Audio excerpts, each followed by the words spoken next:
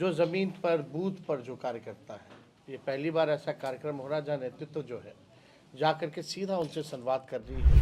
आप देखिएगा जो नीति आयोग का जो सूचांक है, जो रिपोर्ट है, उसमें रिपोर्ट में है बिहार सबसे गरीब राज्य है। नोरमा ग्रुप, जो सोचता है वो करता है। आपके अपने सपनों का आशियाना। पिछले 1 महीने से लगातार चर्चा इसी बात की चल रही थी कि खरमास खत्म होते ही कुछ बड़ा होने वाला है। बड़ा क्या होने वाला है, इस पर किसी की भी कोई मजबूत टिप्पणी नहीं थी या कोई भी दावे के साथ नहीं कह रहा था, लेकिन खेल होगा इस बात की सभी चर्चा कर रहे थे और इस चर्चा के पीछे का तर्क भी दिया जा रहा था।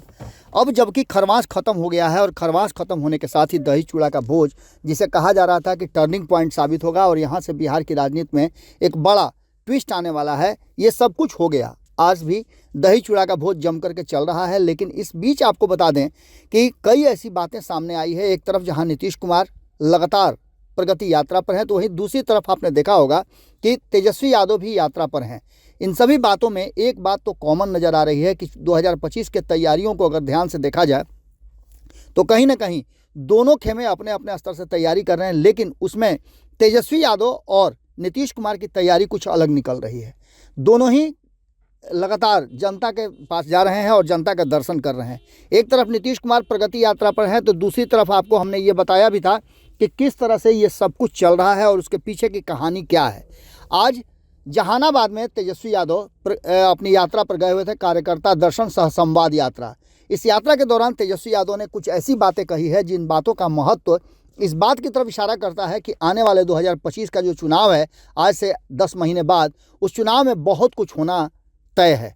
पहली बात तो ये कि आप जैसे ही इस पूरे विषय को जानेंगे और तेजस्वी यादव ने क्या कहा है, किस तरफ इशारा किया है, उसको समझेंगे तो आप सब कुछ समझ जाएंगे।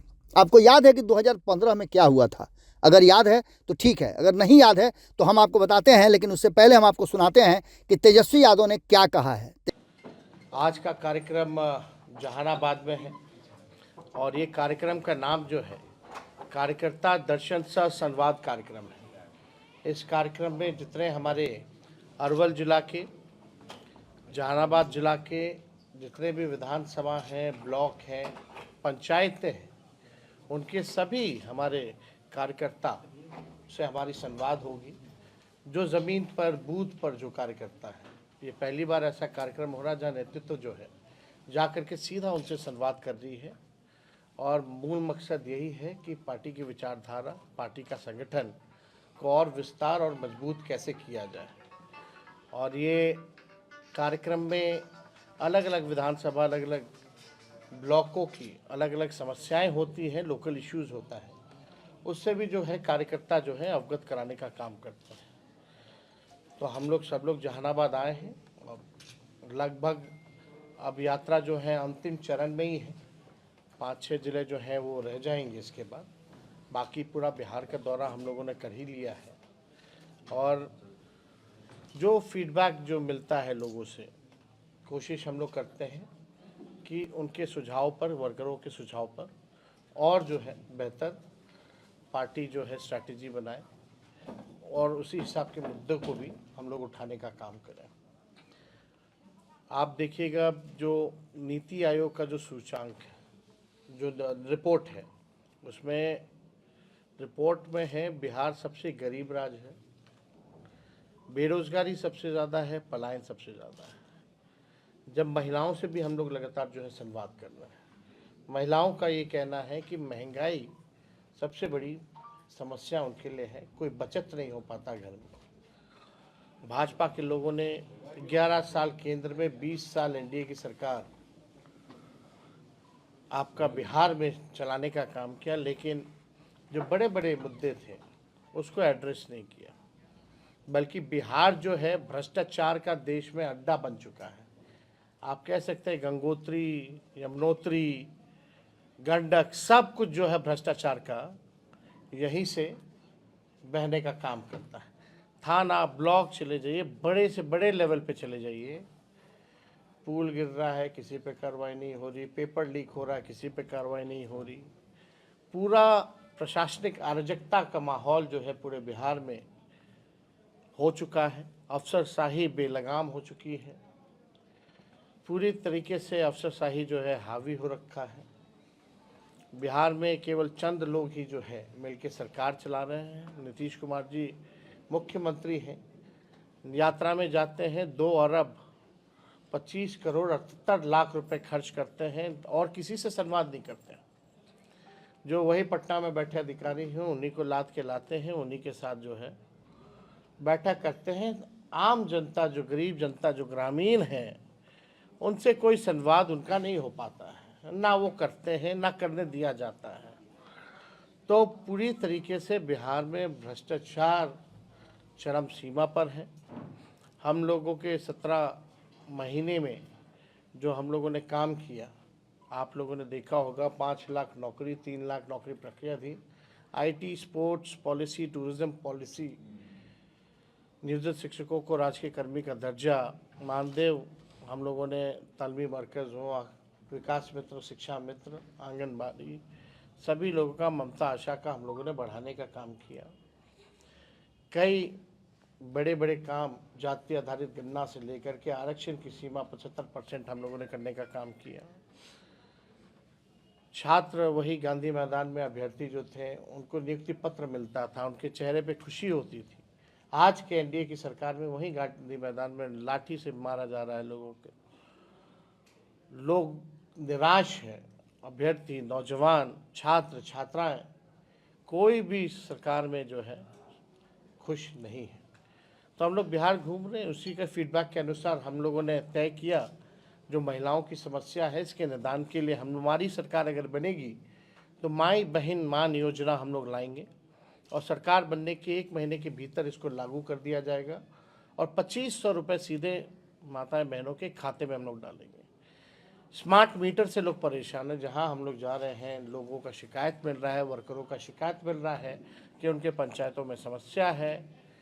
तो स्मार्ट मीटर, आप लोग जानते हैं कि पहले से ही बिहार में जो है बिजली का बिल जो आता है या दाम जो है, पूरे देश भर में अगर सबसे महंगा बिजली मिलता है तो वो बिहार है। तो हम लोगों ने तय किया कि 200 यूनिट फ्री बिजली हमारी सरकार आएगी तो देने का काम करेंगे। इसी के तहत वृद्धा पेंशन आई, सामाजिक सुरक्षा पेंशन की भी बात आई। जो दिव्यांग हैं, विधवा हैं, वृद्ध लोग हैं, उनका केवल पेंशन जो है 400 रुपये ही मिलता है। तो वो 400 से बढ़ा करके हम लोग जो है 1500 रुपये जो है करने का ऐलान हम लोगों ने किया है। और हम लोगों ने जो जो कहा है वो हम लोगों ने किया है। हम लोग काम करने वाले लोग हैं, लेकिन बिहार में आप देखिएगा नीतीश कुमार जी थक चुके हैं। रिटायर्ड अधिकारियों के साथ जो है वो बिहार चला रहे हैं। पूरे बिहार भर में डीके टैक्स वसूली हो रहा है, भ्रष्टाचार का केंद्र बना है और ना इनके पास कोई विजन है, ना कोई मिशन है। इन लोगों को बिहार कैसे आगे अव्वल राज्यों में ले जाएंगे, कोई भी इनकी कार्य योजना नहीं दिखती है, रोड मैप नहीं दिखता है। हम लोगों के पास विजन भी है, हम लोगों के पास रोड मैप भी है, पूरा ब्लूप्रिंट है कि किस प्रकार से बिहार को हम लोग अव्वल राज्यों में ले जाने का काम करेंगे, बिहार की जो मुख्य समस्याएं हैं उसको कैसे दूर करेंगे। एक बार हम लोग पूरा बिहार घूम लेंगे, यात्रा हो जाएगी, इसके बाद ब्लूप्रिंट जो है बिहार वासियों के सामने हम लोग रखने का काम करेंगे। ये सारा काम जो है चलता रहेगा। और आप देखिए जिस प्रकार से केंद्र में बिहार के मंत्री हैं, यहाँ 2-2 डिप्टी CM हैं, 11 साल केंद्र में 20 साल बिहार में। लोगों की मांग रहती है, चुनाव में वो लोग वादा करते हैं बिहार को विशेष राज्य का दर्जा देंगे, चुनाव आते ही लोग भूल जाते हैं। केवल जुमला चुनाव में, केवल झूठ, और बीजेपी का कोई काम नहीं रह गया है।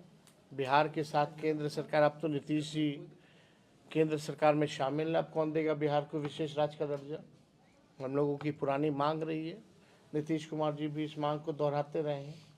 अब पदयात्रा निकालेंगे कि नहीं निकालेंगे बिहार के विशेष राज्य के दर्जा को लेकर के, अब उनको बताना चाहिए। लेकिन मुख्यमंत्री कहीं भी जाते हैं खामोशी रहती है, कोई सवाल का जवाब ना पत्रकारों का देते हैं, ना नेता विरोधी दल का देते हैं, ना किसी का देते हैं। तो आज हम लोग जो है जहानाबाद अरवल के लोगों से, कार्यकर्ताओं से मुलाकात होगी, संवाद होगा। तेजस्वी यादव ने एक बार फिर से आरएसएस पर बड़ा हमला किया है और उन्होंने आरएसएस प्रमुख मोहन भागवत को लेकर के एक बड़ा बयान दिया है। उन्होंने कहा कि दलितों पिछड़ों का आरक्षण खत्म होगा तभी देश में असल मायनों में आज़ादी मिलेगी। ये बात उन्होंने कोट किया है कि आरएसएस प्रमुख मोहन भागवत ने इस तरह की बातें कही है। अब आगे तेजस्वी यादव कहते हैं कि उनके इस कथन से देश को असल स्वतंत्रता 2024 में ही मिलेगी। आरएसएस प्रमुख ने आज़ादी के करोड़ों मतवालों, दीवानों, भक्तों और असंख्य शहीदों एवं स्वतंत्रता सेनानियों का घोर अपमान किया है। ये बात कह करके संघ के लोगों का स्वतंत्रता संग्राम में अपना कोई योगदान नहीं था, इसलिए ये अब बाकियों के योगदान को खत्म करने के नए प्रपंच रच रहे हैं। इनका संगठन तो स्वयं अंग्रेजों का दलाल और मुखबिर रहा है। तेजस्वी यादव कड़े शब्दों के साथ हमला कर रहे हैं और इस हमला के साथ साथ एक बात तो साफ नज़र आ रही है कि कहीं ना कहीं जो पूरी कहानी रची जा रही है उस कहानी का एक प्लॉट ये भी है कि ये कहानी कोई नई नहीं है। इस कहानी को आप पहले भी सुन चुके होंगे। हम आपको आगे की कहानी भी बताते हैं कि मोहन भागवत से कई सवाल पूछे हैं तेजस्वी यादव ने और उन्होंने पूछा है कि मोहन भागवत को बताना चाहिए कि इस देश में क्या कुछ चल रहा है और इस देश को कैसे आज़ादी मिली थी, उसके बाद से किस तरह से देश एक अलग दिशा में मूव किया है और 75 सालों के बाद क्या भारतीय जनता पार्टी ने इस देश को सही रास्ते पर लाया है। आप समझिएगा तो इस बात को बेहतर समझ में आएगी कि तेजस्वी यादव ने मोहन भागवत से सीधे सवाल करते हुए कहा है कि देश के बहुसंख्यक दलितों पिछड़ों को असल आज़ादी कब मिलेगी। दलित पिछड़ा से घृणा करने वाले 100 वर्ष पुराने संगठन आरएसएस के कर्ता धर्ता बताएं कि आज तक कोई दलित पिछड़ा आरएसएस का प्रमुख क्यों नहीं बना है। ये सारे सवाल तेजस्वी यादव लगातार पूछ रहे हैं।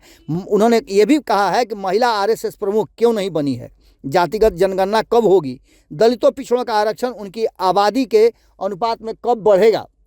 इन सभी बातों को लेकर के तेजस्वी यादव ने सवाल पूछे हैं और ये सारे सवाल उन्होंने जहानाबाद में जब वो कार्यकर्ता दर्शन सह संवाद यात्रा कर रहे थे तो उन्होंने ये बातें कही हैं। इन सभी बातों को लेकर के आप तस्वीरें देख रहे होंगे। इन तस्वीरों के बाद आपके मन में भी सवाल कई होंगे, लेकिन इन सवालों का एक ही जवाब है कि क्या लालू प्रसाद ने 2015 में नीतीश कुमार के साथ मिल करके एक बड़ा राजनीतिक कहा जा रहा है तो उलट पलट कर दिया था और ये उलट पुलट शुरू हुआ था। आपको पता है कि बिहार में भारतीय जनता पार्टी को सत्ता से बेदखल करने से क्या एक बार फिर से ये पूरी कहानी उसी दिशा में जा रही है। अब इन सारी बातों का लब्बो-लुआब और जो कहानी का प्लॉट है वो ये है कि तेजस्वी यादव ने इस पूरे मामले पर जम करके अपनी बात रखी है। यानी कि अभी भी कहानी अभी बाकी है, पिक्चर अभी बाकी है और इस पिक्चर बाकी को इस तरह से आप कह सकते हैं कि तेजस्वी ने खरमास खत्म होते ही जो 2015 रिटर्न का ट्रेलर दिखाया है इसके मायने बहुत कुछ होते हैं और इस मायने को हम भी इंतजार कर रहे हैं कि क्या कुछ किस दिशा में ये परिवर्तन होता है। जुड़े रहिए भारत लाइव के साथ, खबरों का सिलसिला लगातार जारी है। बहुत बहुत धन्यवाद। आपके सपनों को हमने सजाया है, ई होम्स पैनोरामा को हमने बनाया है। ई होम्स मेरा एक सपना था जिस पे मैं पिछले 4 साल से काम कर रहा था। हमने जो बनाया है वो सबने है माना। ई होम्स पैनोरामा में हो आपका भी आशियाना। और फाइनली हमने 2021 में इस प्रोजेक्ट को लॉन्च किया। बहुत लोग अप्रिशिएट कर रहे हैं कि पूर्णिया जैसे शहर में, बिहार के, एक तो बिहार की बात करें उसमें भी पूर्णिया जैसे छोटे जगह में इस तरह का लाइफस्टाइल देना, ये सुन के हम लोगों को बहुत अच्छा लगता है। ई होम्स में हमने कुछ और भी किया है, जैसे हम जिस जगह में रह रहे हैं हमारे फैमिली सिक्योर हो, उनको सिक्योरिटी का ध्यान में रखा है।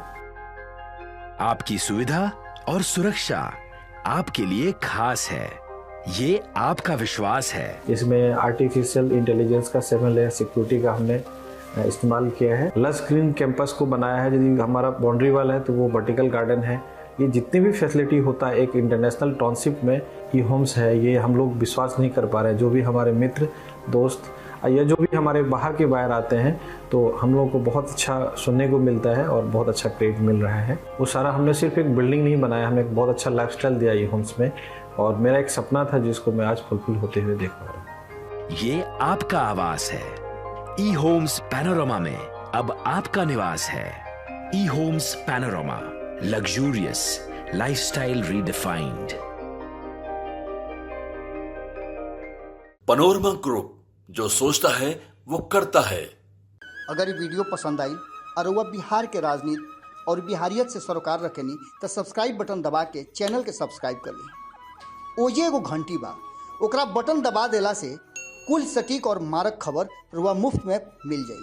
अगर रुआ पत्रकारिता के हमनी के नया प्रयोग में सहयोग कर चाहतानी तो ज्वाइन बटन दबा दी। पेटीएम नंबर नोट कर ली 9386816700।